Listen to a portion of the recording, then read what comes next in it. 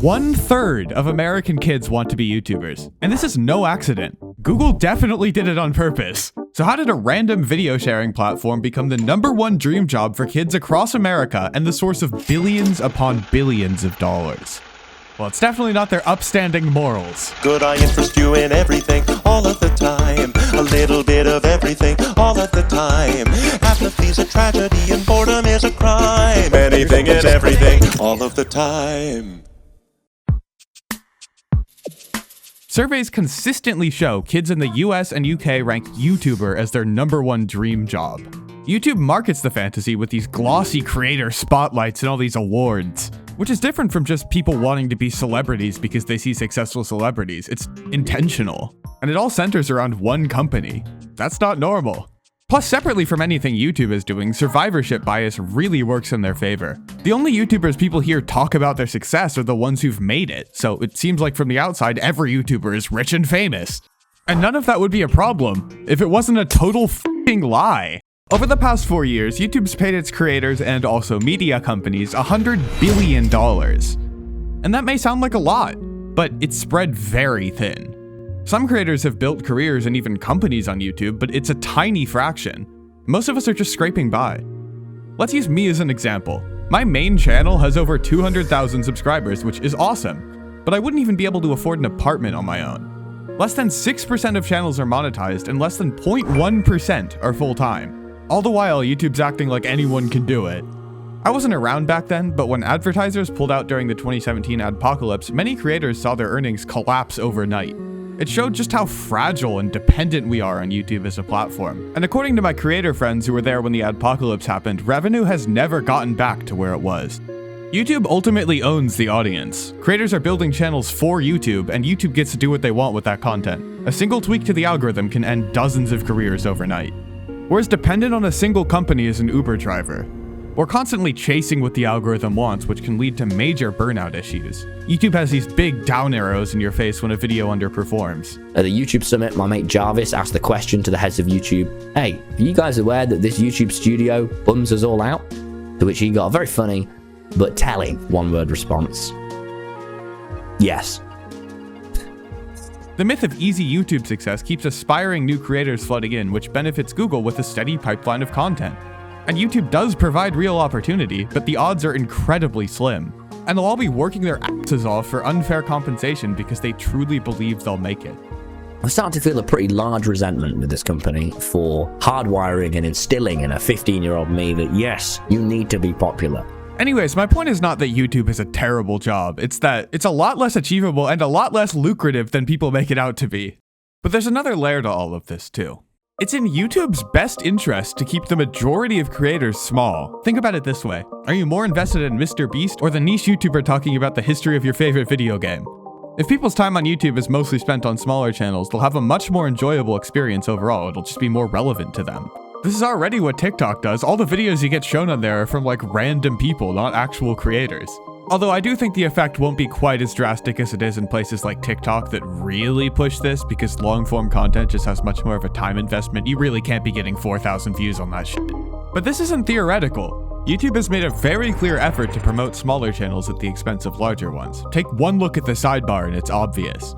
I realized while I was editing this section that I am just doom and glooming without providing a solution. So, I think YouTube should stop promoting that it's easy to be a creator and that anyone can do it. And I also think they should stop artificially putting videos with like 300 views in the sidebar. All it serves to do is take views away from the larger channels that know how to make good videos and deserve it and give it to small channels that haven't gotten there yet. It's stupid. And it just makes it harder to actually get to the point of doing it as a job.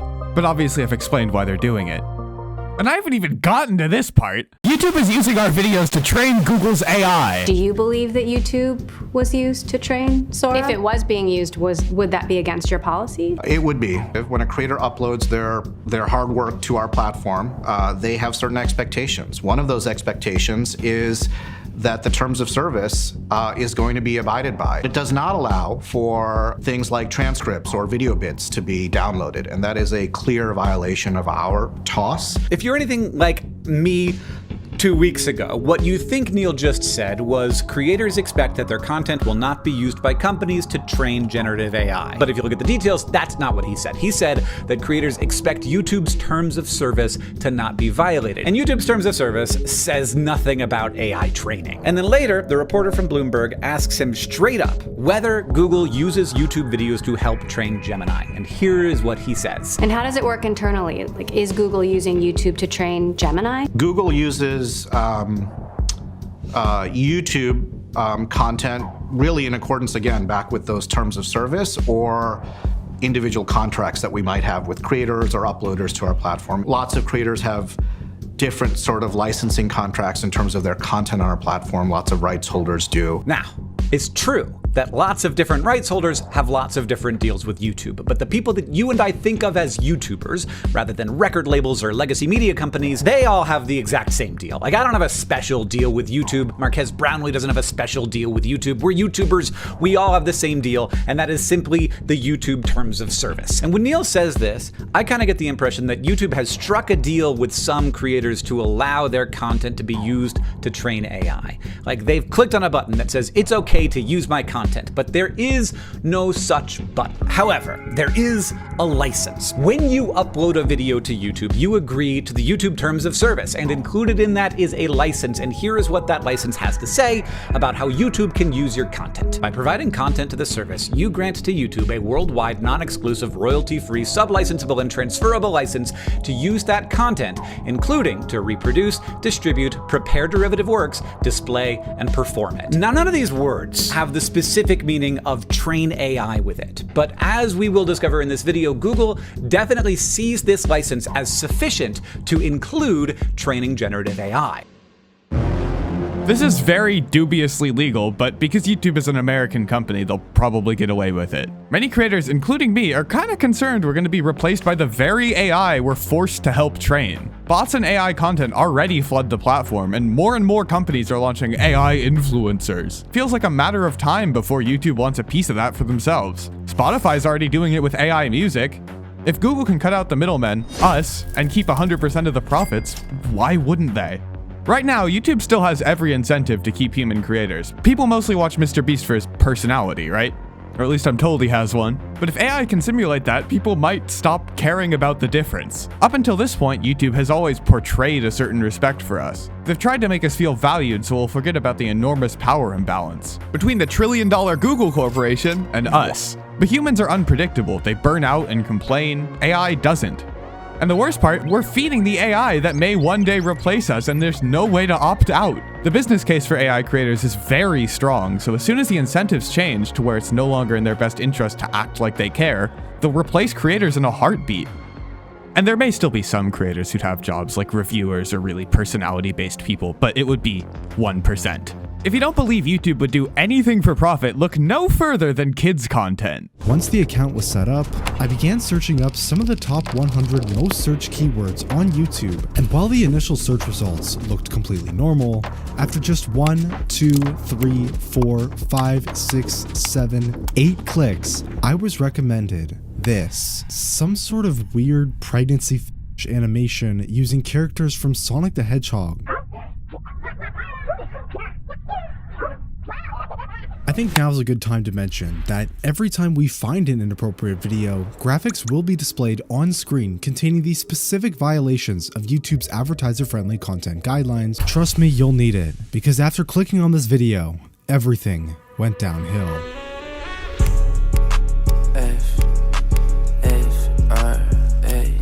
Videos containing all sorts of inappropriate themes quickly began taking over my recommendations to the point where it was almost the only thing recommended. The only reason they could possibly be leaving this up is because it makes them money. So what does all of this mean? I don't think YouTube has really exploited their creators, with the notable exception of training AI, but that's only like super recent. Like, Google isn't as bad as Meta, it just isn't. But the whole myth of the YouTube dream does work very conveniently for them. They have an unlimited supply of young, talented people funneling a disproportionate amount of hours into creating content for a small amount of pay. I don't really feel exploited yet, but I definitely have very little bargaining power. There's no alternative platforms to make content on. YouTube is the only real long-form video platform. The power imbalance is very clear, even if it's still in their best interest to keep creators happy by not abusing it, but it's a delicate balance. For a long time, YouTube wasn't profitable, but now it's one of Google's most profitable ventures as a whole. And anything they can do to make it more profitable, they will. The second Google can replace us with AI, they won't even hesitate. And I'm not saying YouTube is bad. It's had an enormous amount of positive impact on the world. There is some amazing, valuable content that just wouldn't exist without it. It's opened a lot of doors for everyday people, and I honestly see it as a net positive. But that can coexist with this much less talked about side of the story. Google's plan to turn a generation of kids into dollars has worked. They've successfully made the youth think YouTube is the ideal career, and they're reaping the benefits for it. The war was won before we realized it. Hell, before we were born.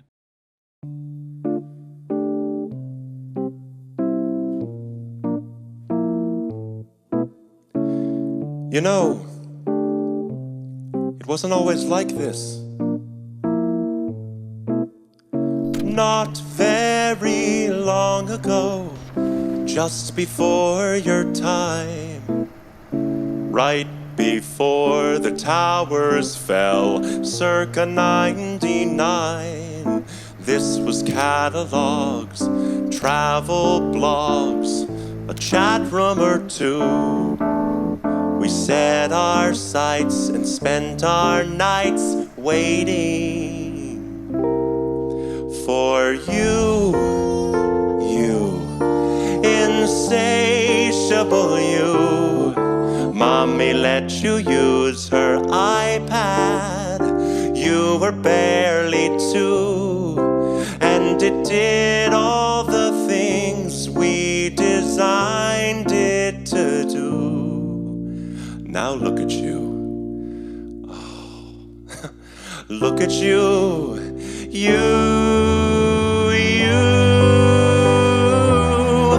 Unstoppable, watchable. Your time is now. Your insides out. Honey, how you grew. And if we stick together, who knows what we'll do. It was always the plan to put the world in your hand.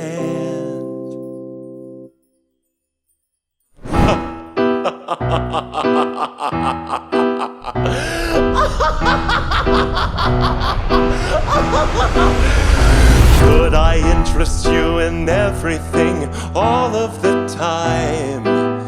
A bit of everything, all of the time. Apathy's a tragedy and boredom is a crime. Anything and everything, all of the time. Could I interest you in everything, all of the time? A little bit of everything, all of the time. Apathy's a tragedy and boredom is a crime. Anything and everything and anything and everything and anything and everything and all of the time.